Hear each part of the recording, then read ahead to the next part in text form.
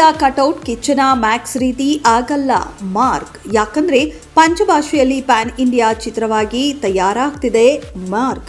ಈ ವರ್ಷಾಂತ್ಯಕ್ಕೆ ಬರ್ತಿರೋ ಮಾರ್ಕ್ ಚಿತ್ರ ಬರೋಬ್ಬರಿ 137 ಲೊಕೇಶನ್ಸ್ನಲ್ಲಿ 150ಕ್ಕೂ ಅಧಿಕ ಆರ್ಟಿಸ್ಟ್ಗಳಿಂದ ಜಸ್ಟ್ 150 ದಿನದಲ್ಲಿ ಸಿದ್ಧವಾಗಿದೆ. ಆನ್ ಸ್ಪಾಟ್ ಡಬ್ಬಿಂಗ್ ಮಾಡಿರೋ ಕಿಚ್ಚ ಕನ್ನಡದ ಜೊತೆ ಬೇರೆ ಯಾವೆಲ್ಲ ಭಾಷೆಗಳಲ್ಲಿ ತಮಗೆ ತಾವೇ ವಾಯ್ಸ್ ಡಬ್ ಮಾಡಿದ್ದಾರೆ ಅನ್ನೋದರ ಸೂಪರ್ ಎಕ್ಸ್ಕ್ಲೂಸಿವ್ ಸ್ಟೋರಿಯನ್ನ ಇಂದಿನ ಈ ವಿಡಿಯೋದಲ್ಲಿ ನೋಡೋಣ ಬನ್ನಿ.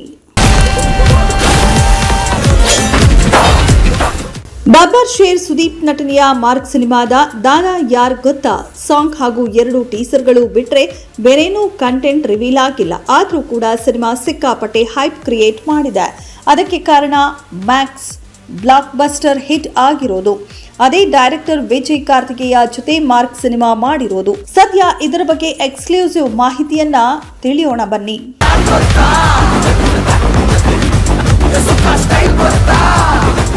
ಮಾರ್ಕ್ ಸಿನಿಮಾ ಒಬ್ಬ ದೊಡ್ಡ ಸೂಪರ್ ಸ್ಟಾರ್ ಮೂಲಕ ಕೇವಲ 150 ದಿನದಲ್ಲಿ ಕನ್ನಡ ಸೇರಿದಂತೆ ಬರೋಬ್ಬರಿ 5 ಭಾಷೆಗಳಲ್ಲಿ ಪ್ಯಾನ್ ಇಂಡಿಯಾ ಚಿತ್ರವಾಗಿ ರೂಪುಗೊಂಡಿದೆ.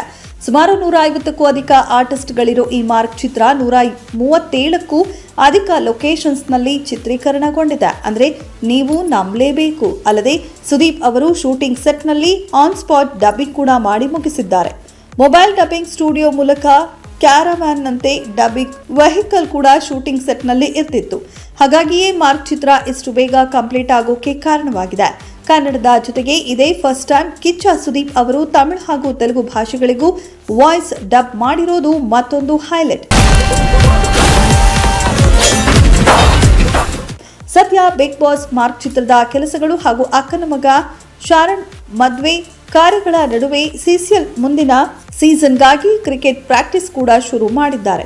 ಇವೆಲ್ಲ ವಿಚಾರಗಳಿಗೆ ಸಂಬಂಧಪಟ್ಟಂತೆ ಕಿಚ್ಚನ ವಾಣಿಯಾಗಿ ಅವರ ಅತ್ಯಾಪ್ತರಾಗಿರೋ ನಟ, ನಿರ್ದೇಶಕ, ಬರಹಗಾರ ಚಕ್ರವರ್ತಿ ಚಂದ್ರಚೂಡ್ ಇದರ ಬಗ್ಗೆ ಮಾತನಾಡಿದ್ದಾರೆ.